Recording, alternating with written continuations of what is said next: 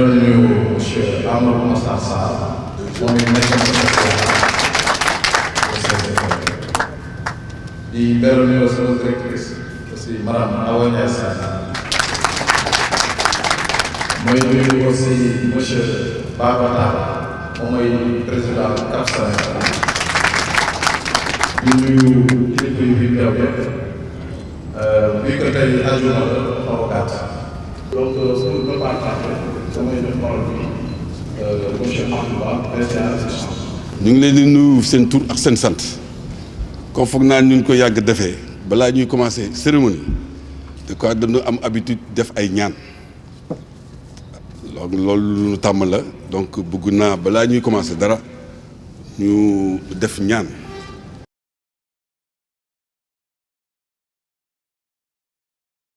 tey comme ni ko Talla waxee tey jouru sargal la sargal d'abord 1000 dockers yi nga xam ne bénéficié wu nañ ci formation bi depuis le mois de mai foog naa ba décembre 2021 vraiment di leen féliciter parce que am nañu retour ne formation bi yëpp ça s'est bien passé foog naa tout à l'heure seen responsable yi di leen ko firndeel waaw di sargal tamit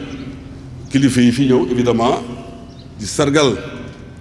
Simpos ak SATS yi nga xam ne ñoo def requête bi te léegi rek maa ngi ciy wax ak le président Massar am na beneen requête boo xam ne commencé waat nañ ko dañuy continuer fu naa bi ngeen ñëwee tey ji sax gis ngeen ay grutier yoo xam ne ñu ngi fi loolu tamit beneen formation la bu ñuy continuer donc di leen féliciter di leen encourager vraiment ak responsable yi fi nekk yëpp di leen nuyu commencer si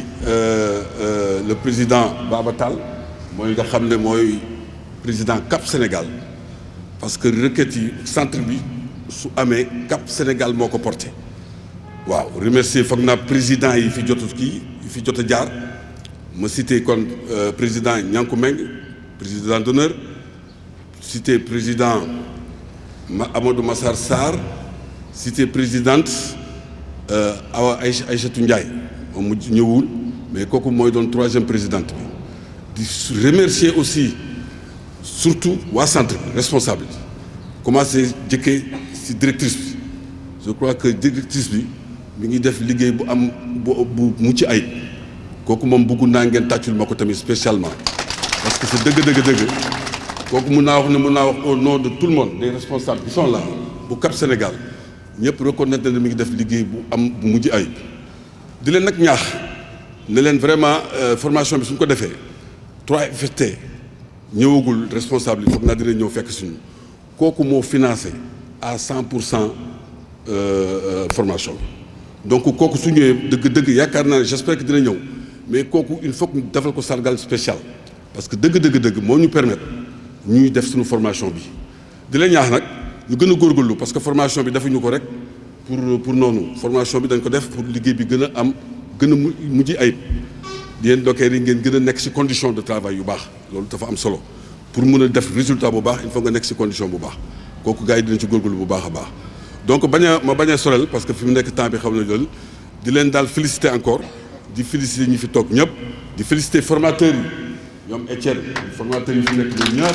waaw ñu ngi toog ñoom tamit def nañ liggéey bu am solo donc daal di féliciter tout le monde di ñaan yàlla ñu terminer ñu commencé ko ci bismillaahi rahmaani yeggale ko alhamdulillahi rabbil alamin. li ñu tax a toog fii nag tey dafa nekk mbir boo xam ne man mii am naa ci mbégte bu baax madame la directrice du centre de formation lii nga def fii kenn mënu koo am jaaxle bu mu ci am parce que ñun ñii kat man dama fekkee dënn bi ñu nekk fii yëpp ndox tey ñu toogee fii di joxe ay attestation gàcce ngaa la ma yow la parce que nag tamit ñun ñoo seetoon ne war nañu am fu ñuy former nit ñi ñu tànn la yow pour nga jiite fii jox la rusuñu si nag parce que moo tax tey bii bu ñu taxawee fii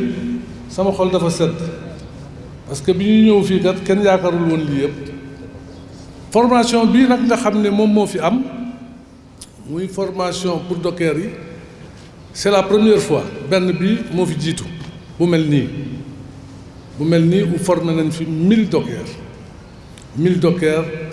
loolu nag Sempos la ak SATS ñoo taamu pour def ko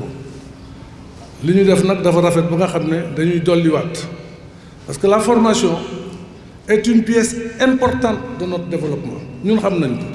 ñun ñi nga xam ne ñoo nekk à la base création centre bi xam nañ li nga xam ne moom la formation di indi kon nag mbégte bu baax lañu ci am rek di remercier nag ñi nga xam ne ñëpp ñoo dugal seen loxo ci formation bi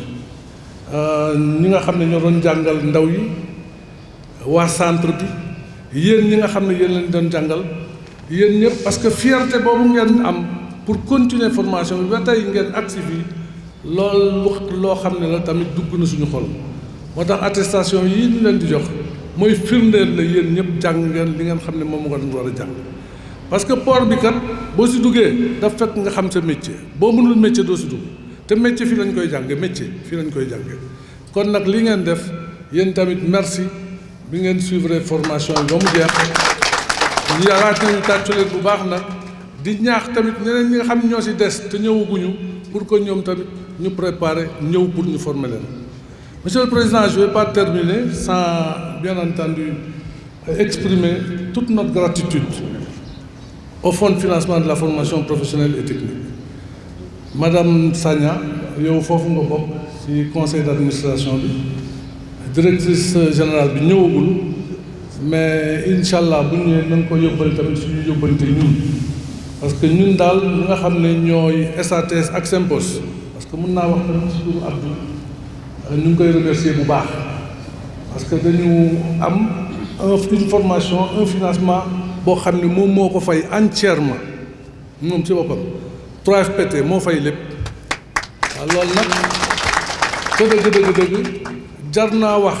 parce que 3FPT kat président bi mu ko sosee ba léegi moom tam ba mu fa tegee moom tam kooku ba léegi ñu ngi si am ay mbégte rek lañ fay am te formation yañ fay financé am na formation yi si xam ni rek te dëgg bii si port bi da am na importance pour ñun kon nag remercier ñu ko bu baax bu ñëwee incha allah peut-être que naan am beneen occasion pour remercier ko mais en attendant daal loolu laa amul lu may wax di encore encourager les autres dockers yi nga xam ne amaguñu formation pour ñu ñëw jàng si wut métier wut lijaase parce que suba kat ay port yu bees a ngi nii ñuy indi Ndaayaan dina ñëw Bargny dina ñëw ak yeneen i port te métier boo ko amee da ngay am lijaase bi nga xam ne mooy wone ne yow mii jàng nga loolu boo ne am naa métier te jànguloo ko kenn joxu la si diplôme wala attestation jàngoo métier da nga koy firndeel ne man kat am naa ko lii laa si jàng lii laa si xam te puisque fii kay mun nga ñëw ñu jàngal la te doo fay dara kon nag ayca bisimilah yéen ñëpp ku bugg formation rek nga ñëw suñu bureau yi ñun incha allah dinañ la indi fii former leen wasalaam merci. ñu sant yàlla li tax ñu sant yàlla mooy ëpp na fukki at bi ñu amee xalaatu defar centre bi tey ñuy kontaan parce que yàlla won nañu ne lii ñu choisiroon pour def ko fii yoon la dëgg la njëriñ la su ma gisee seen toogaay fii firndeel ne ñun choix bi ñu defoon ëpp na 10 ans on avait fait le bon choix parce que yéen ñi fi nekk tey jii fir ngeen ko dëggal ngeen ko ñuy sant yàlla ci loolu bu ñu sant yàlla it li ñuy sant autorités yi damay commencer par l'État du Sénégal di ci dugal le président Macky Sall du ma politicien nag mais bi ñu inauguré centre bi moom moo fi nekkoon waaw président moom moo inauguré centre bi di santit waa AFD je parle sous le contrôle de mes pairs AFD mooy agence française de développement ñoo ci jàpp ba lii mën a démarrer di sant le ministère de la formation professionnelle mi nga xam ne ci moom lañ doon sukkandiku pour mën a def lii ñu def tey jii mais loolu yëpp ba ñu toogee xalaat ne ñi fiy jàng tey jii ñi fiy liggéey ci port bi tey jii war nañu am structure de formation dañ ne kat nañu exprimer besoin bi ñu jaarale ko ci li ñuy wax suñu organisation faîtière maanaam conseil national du patronat représenté par Aliou mais loolu suñu organisation CAP Sénégal moo ko bind def demande bi ne ñoom bëgg nañu tey jii am fu nga xam ne dinañ mën a former suñuy travailleurs loolu yàlla àndu ci seen CNP bind état d'accord ak Cap Dakar pour mën a financer bañ ko financer ay sénégalais ñoo def étude bi pour que lii mën a nekk ni ko Massar waxee fii bi ñu fi ñëw tool la woon ay ñax la woon ndox la woon mais ñu gëm ne rek war nañ mën def centre de formation bi mu dox te yàlla jàppaleen ci ca loolu la ñu commencé daxal ko ba mu commencé fonctionnel tey jii mu nekk nag centre de référence centre bi ngeen am fii centre boo xam ne tey jii en Afrique bu ñu tëdd benn wala ñaari centre moom ci lay bokk li ko waral mooy ñi ko jiite muy conseil d'administration bi ak directrice bi vraiment ñu liggéey bu am solo man mi maa doon premier président bi ñu ci paree ku ñuy wax Amadou Massar Sarr jël deuxième présidence ku ñuy wax madame Ndiaye Aïssatou jël troisième présidence tey jii seen président bi nekk na di remercier aussi tous les membres du conseil d'administration mais du ma fàtte aussi organisation yi nga xam ne mooy organisation des travailleurs ñu nekk di tey jii jàppale ñu ànd ak yéen ci liggéey bi li ñuy wax rek ci mooy li nga xam ne mënul ñàkk ci liggéey parce que liggéey bu àndee formation rek ça veut dire que formation bi day gën a dëgëral liggéey nit ki sa xam-xam sa mën-mën fu mu toll te amul formation bu ko sutante day wane ne rek am na lu des donc li ngeen def nii c'est vraiment le bon choix te jàpp naa ñi fi nekk ñii ñëpp ku ci soxla formation fii mooy réceptacle bi nga xam ne fii la ñu war a ñëw pour formation mais damay jeexal di remercier madame la directrice madame Ndiaye Awa Sagna vraiment ak équipe am ak le corps enseignant ñii ay jàmbaar lañ ay liggéeykat lañu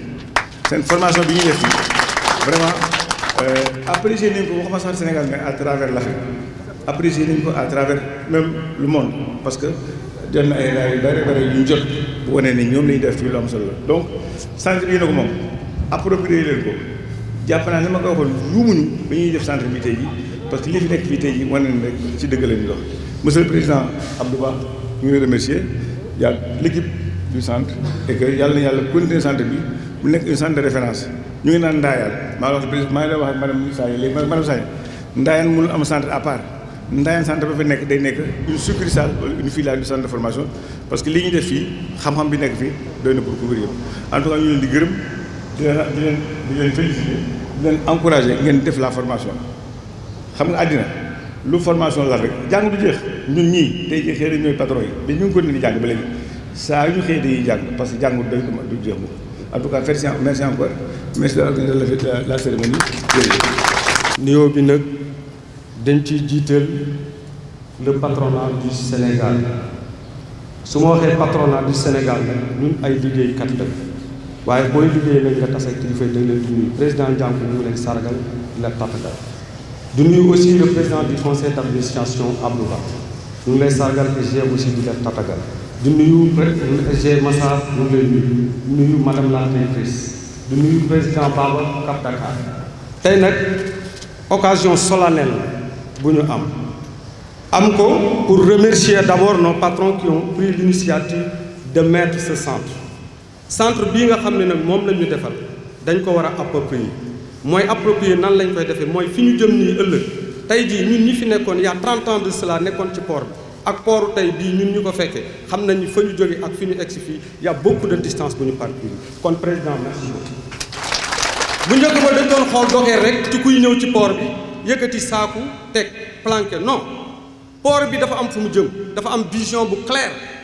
bu autorités yi teg muy des nouvelles technologies qui vont évitablement venir te kenn mënu ko freiner donc nous aussi nous avons besoin d'être bien formés pour mieux outiller pour emploi yooyu nga xam ne mi ngi ñëw ëllëg ñu mën ci conquérir pour mën cee liggéey parce que Docker nag tey bu dee dëgg rek la yàlla bëgg c'est le fer de relance de l'économie sénégalaise yi bu leen xeeb seen bopp yéen ni pion bu essentiel ngeen ci dëkk bi parce que Docker mooy débarquer ba pare transitaire bi def dédouanement ñëpp ku nekk liggéey ci chaîne bi ci moom lay commencer ci moom lay terminer kon nag président bi ngeen xalaatee xam ni monde bi fii la jëm te évolution day am ngeen mettre centre bi pour nous permettre de nous mieux former pour ñu mën a outiller wu pour ëllëg ñu mën a faire face à ces défis qui nous interpellent nous vous disons encore une fois merci beaucoup. di remercier aussi 3FPT ñoom ñi nga xam ni ñoo financé centre bi au nom des travailleurs très sincèrement ñu ngi leen di remercier bu baax mais aussi di suggérer parce que nag àddina day dox te buy dox da ngay dox ànd ak moom parce que tey jii nag dañu war a nekk ci port boo xam ne tey boo duggee ci port bi lépp métier boo bëgg docker moo la koy defal. pourquoi pas docker yi ñu former leen ay grutier, pourquoi pas ñu former leen ñuy dawal ay calmar, pourquoi pas ñu former leen mu am formation suivie ba ñuy nekk ay akoñi ci kaw ay gaal. parce que am nañ compétence bi te am nañu jàng te am nañu ko mën te lenn la gëm-gëm dong lay laaj ak taxawaay. centre baa ngi fii te bu ñu gëmee suñu bopp taxaw ni ñu war a taxawee ñu formé ñu ba bu ëllëgee accompagner conducteur d'engin fourchette lépp ñun docker yi ci ñun lay jóge te bu boobaa suñu avantage dong lay doon te am nañ ko nag ñii xalaat nañu ni war nañ ko mën a def indi centre bi liy def nag mooy ñu summi suñu mbubb gëm suñu bopp ñëw ci centre bi nangu ñu formé ñu ndax bu ëllëgee ñu mën a am ay métier mën a dundal suñuy njaboot. en tout cas une fois on vous dit merci. madame la directrice dañ lay defal mention spéciale. parce que nag ubbi nga centre bi ñun docker yi ñu ñëw xool lan lañ fi def parce que ñun visité nañ ko de bout en bout gis nañu bërki dem gis nañu bi ñu fi ñëwee wax nga ni port autonome de Dakar le directeur am na benn engin bu mu la indi kon ñun tam membre lañ ci biir du conseil d' administration que je remercie vivement conseil d' administration bi ñi nga xam ne ñoo ñu représenté maa ngi leen doon fàtte au nom de Maguette Niang et Bathily ana ñu jóg leen taxaw parce que nag ay docker lañu ñoom defuñu dara. patron yi bi ñuy def dañ ñoo woo bañ ñëw ñu ne indi leen ay nit ñu associé leen ñuy fekkee di gis di dégg kon Maguette et Bathily on vous remercie au nom des dockers kontaan nañ ci yéen continuez dans cette lancée parce que loolu rek lañ bëgg te foofu lañ bëgg réew mi jëm en tout cas madame la directrice merci beaucoup te ñun dinañ ñëw appuyer centre bi ànd ak suñu patron yi nga xam ne nag ñoo wax dëgg yàlla bëgg nañu docker avancé ndax ñun ñi fi nekkoon bu njëkk ba xam nañ docker nan lañ ko doon gisee ci Sénégal waaye léegi ku nekk bëgg na rek sa doom nekk docker loolu nag suñu ko amee tey suñu patron yi baax na merci président Diakhoumbaye merci SATS merci BMO docker yi ca kanam merci beaucoup. man lu ma ci dolli après l'intervention du secrétaire général Mao qui représente les dockers parce que li ma bëggoon koy wax lu bëri wax na ko mais naa ci dolli rek ay kàddu ngërëm ak félicitation ak encouragement ñi fi teewee ñëpp bu ma leen nuyoo ba pare di remercier di nuyu aussi comme sama naataango yi dafay ñu fi toog ci président bi yëpp à commencer par les présidents d'honneur mais également ñi nga xam ne ñoo fi teewal SATS Simpos ak le conseil d'administration du centre ak la directrice ak les représentants du CNP maa ngi leen di nuyu ñëpp kenn ku nekk ci turam ak santam di leen gën a soññ di leen gën a encourager pour vision bi nga xam ne ni autorité dañ ko am ci activité portuaire yi mu nekk ni réalité te ñu ngi ci yoon bi wax nañ ko Cap Dakar la moo fi amoon te sa centre bi ci ñi ko mbëbët ci la bokk am accompagnement ak bailleur de fonds yi ak autorité yi ba lii teyal bi tey vision bi nag lenn rek la mooy àdduna lay dox port yi avancé xam nga bu ndemee ba ci économie mu réew 95% di jaar ci biir port bi xam nga port am na solo doom te vision président bi Macky Sall ak gouvernement ak autorité yëpp mooy def ay port yoo xam ne ni dina tax Dakar Sénégal fi mu nekk mu mën a am ay économie ay avancement yu am solo moo tax gis nañ ko ci portu Bargny bi ak portu Ndayane ak yeneen port yi liggéey bu am solo bi nga xam ni ñu ngi ciy wàññi te yéen nag am ngeen solo docteur Cheikh Kanté moo doon wax ne moom mooy premier docker port wante ñun acteurs yi aussi xamal ne ñooy seen premier partenaire ñooy seen premier associé ñoo leen gën accompagner pour jot avance Cap Sénégal nag kuréel la boo xam ne ni xëy na xam ngeen ko sax mooy regrouper l'ensemble ñi nga xam ne yëngatu ci biir port muy transitaire muy docker muy marin muy port ci boppam muy COSEC muy douane ak ñëpp te xam nga loolu nag bu àndee nekk benn say lu ñu mën a soog mën ko daal te économie nag ay nit ñoo koy defar te suñ feuille de route bi nga xam ne ni moom lañ teg pour mën ko doxal formation da ci am place bu am importance parce que àdduna toll na foo xam ne nii du ku gën a rëy booy gën a mën a avancer mais ku gën a am xam-xam gën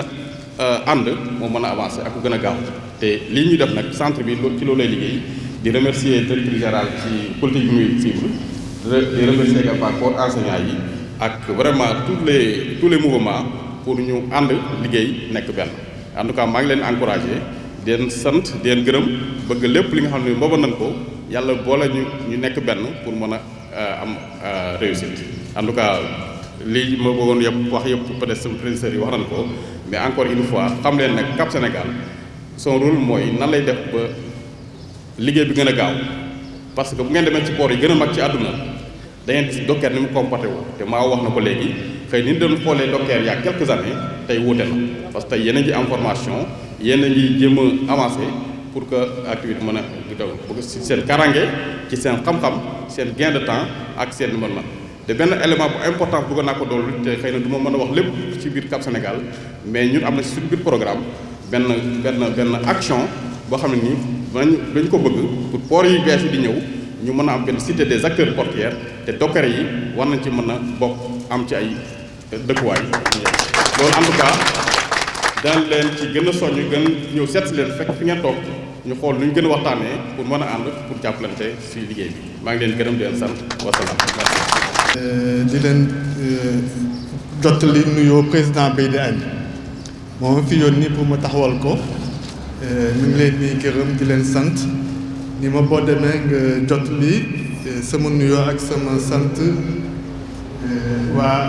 centre de formation sectorielle à commencer par madame la directrice et l'ensemble de son équipe plus les présidents notamment ceux qui sont là le président Etienne le président Babacar président Diamou moo xam ne ñun ñëpp ci kër gi lañ bokk sa bu ma gëstoo sama waa kër laa gis li ñu fi wax yëpp bare na man dama ci dolli lu bare ñaari yëf laa ciy dolli ñun dañu ni jàng du wees ak at boo mënti am jàng du wees parce que njëriñ kese la ci am aujourd'hui bu ma xoolee ñi fi jaar ci formation ñu ni ma 1000 la dama tiit sax parce que 1000 ci formation dafa bare du lu yomb et centre bi def na ko et li ma dégg aussi mooy da koy continuer ci loolu ñu ngi ci gërëm waa 3FPT comme ni ko Massa waxee ak ñi ma jiitu yëpp waxee c'est important parce que ñoom ñoo ñu accompagner ba ñu am financement à 100% et du ci secteur bi kese ñu ngi accompagner CNP ci secteur yu bare vraiment madame la directrice ñu ngi lay ñaax ba demee ci waa 3FPT nga gërëmal leen ni ko kontaan nañ ci liggéey bi ñuy def beneen yëf aussi boo xam ni moom laa bëgg wax mooy que ni centre de formation sectorielle yi du benn kese am na plusieurs centres de formation sectorielle yoo xam ne créé nañ ko 5 et ci bari depuis 2007 waaye li ma leer ba leer mooy bu centre sectoriel formation métier portuaire nekkul P kenn jiituwu ko de parce que li muy def dafa dañ koy gis xam nga lu ñuy fànn kenn mënu ko werante à moins que nag ñu ni la asamaan si dafa bleu nii dafa ñuul bu boobaa nag kenn mënu ci dara loolu daal laa amoon lu mu lay wax di gërëm ñëpp di sant ñëpp di leen jottali vraiment nuyoo ak sargal président Beydi Agne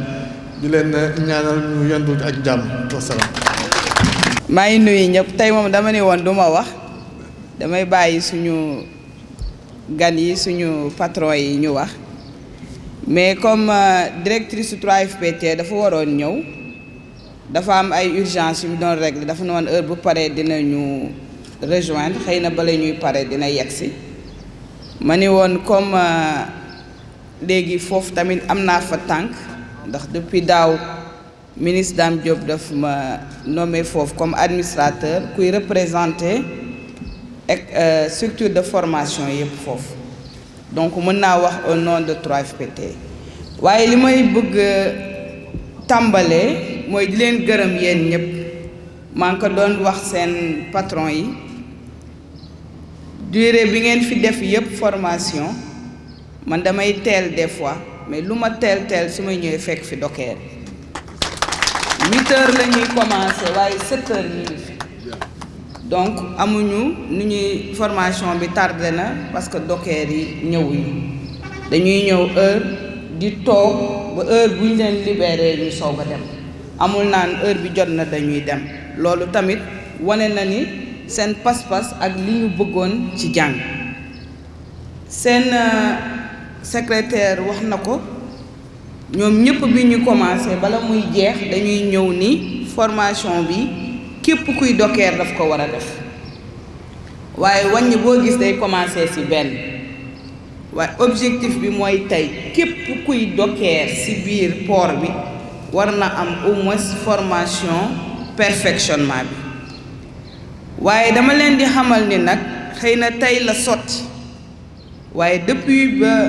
président Massar nekkee fii ci conseil d'administration bi 2015 seen représentant yi ci conseil bi yàgg nañu wax seen bëgg-bëggu formation ñu liggéey ci nag ak manutentionnaire yi liggéey bu mucc ayib ba génne tey métier yi am ci biir docker parce que docker dafa large am na yeneen métier ci biir parce que mën nga nekk docker simple ouvrier docker mën nga am spécialisé nag ci ay opération de saisissage mën nga spécialisé wu comme tey jii treuis mën nga spécialisé wu comme ni nga ko ñuy bëggee nga nekk conducteur roro yi conducteur articulé yi bu dee da nga dem Dubaï wala tey jii conducteur riche-taka yi mooy porte-conteneur yi ak aussi fourchette yi yooyu yëpp ay spécialisation la ci biir métier docker ba nga xam ne nag plus ngay yokk en grade mën nga dem ba nekk docker superviseur wala chef d'équipe donc yooyu yëpp tey identifier nañ ko te loolu moo soobaloon aussi waxtaan yi bureau yi commencé boobu ba léegi xam na liggéey bu sottee la ko ñëpp di xam mais liggéey bi ba mu commencé yàgg na te am nañu yaakaar tey que ni avenir très proche yooyu yëpp daañ ko mën a teg ci table bi ak mbëbët bi tamit mooy bu ñu demee ba renforcer tey yaakaar naa ni seen président yi ñoom seen bopp d'accord nañ ci yéen seen bopp docker d'accord nañ ci recrutement docker léegi dañ ko war a organiser dootul da ngay tëb rek ñëw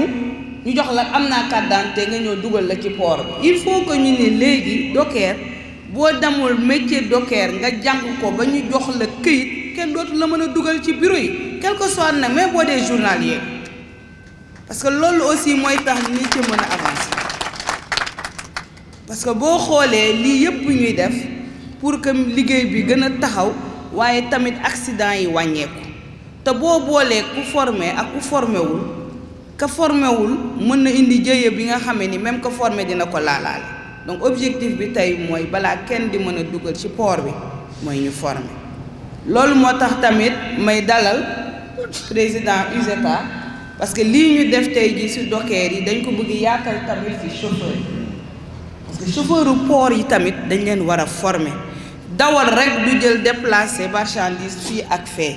am na chauffeur yoo xam ne xamuñu sax sens de circulation ci port bi xamuñu sax port bi fan la kii de contrôle yi nekk mais yooyu yëpp tey nit bi boo ko jàngalul du ko xam sans compter conduite rationnelle et prévisionnelle donc moom bi muy ñëwee ba léegi secrétaire général la mooy ñëw moo nekk ci conseil bi mais mosaguñu visiter moo tax ñu invité waale ko ci cérémonie pour après mu def tour centre bi xam centre bi lan la ak jëmtukaay yu ñu am pour mën di former dama leen daan tooñ nag sama patron yi parce que dama leen yéen a xeex indi fi port bi waaye indi fi centre bi waaye ba 2018 ñun centre bi suñu liggéey yépp yeneen secteur ñoo ci daan akim muy minier yi muy pétrole hydrocarbure bi pas secteur portuaire te yaakaar naa ni message boobu dégg nañ ko tey moo tax ñoom ñëpp tey ñi ngi ñëw di jël ci port bi te lii firndeel na ko mooy tey jii bii ñu indi 1000 docker déjà ñu renforcer leen te day continuer parce que objectif bi mooy docker yëpp ñu former leen loolu mooy objectif bi te beneen nouveau docker yu ñëw boobu tamit ñooñu muy jaar fii ñu recruter li ma metti rek nag te wax naa ko dinaa leen ko jooy yëpp daal nga tax mënuñu am docker yu jigéen xanaa léegi nag góor yi di ngeen bàyyi jigéen ñi commencé di dugg si di nekk docker port yi si yeneen dëkk yëpp day am ay jigéen pourquoi fii du am ay jigéen boo demee DP World ba ci portique yi am na sama benn xaleel bu génn fii première promotion da daan dawal ay TT dem na di dawal RTG ba tey day dawal portique ñu ngi dawal portique donc kon mën nañu dawal ñoom si nekk treuis di dawal mën nañ ko nekk donc il faut que ngeen accepter aussi xam ni jamono day dox tamit jigéen ñi ñëw di liggéey ci port bi je pense que recrutement yu bees bi ngeen si dugal ay jigéen il faut que jigéen ñi commencé di liggéey ci biir port voilà loolu moom damay défendre Ndiankou am na benn dokeer bu jigéen. Adama même ñeneen ñu def ni moom. moom xam na Adama. donc loolu laa doon invité 3FPT nag dañ leen di gërëm waaye dañu xam ni aussi bras financier wu bu ñu yegsee fii ñoom ñi patronat bi ñoo ko xeex parce que tamit xaalis bi 3FPT di liggéeye mi ngi jóge ci ñoom CSE bi entreprise yi ñoo koy cotiser